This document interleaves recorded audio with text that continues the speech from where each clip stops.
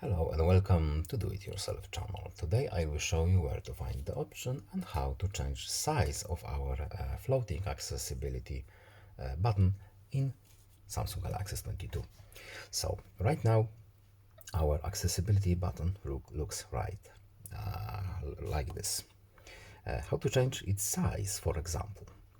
We need to go to settings, then we are looking for accessibility options menu.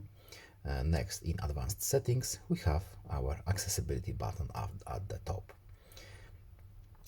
We can of course change how this button look like.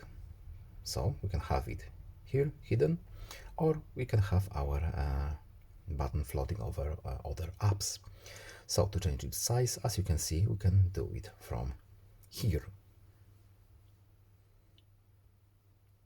And no need to save, we can simply safely back out, and that's it. I hope this video was helpful to you. Please leave a like and subscribe. Have a nice day and goodbye.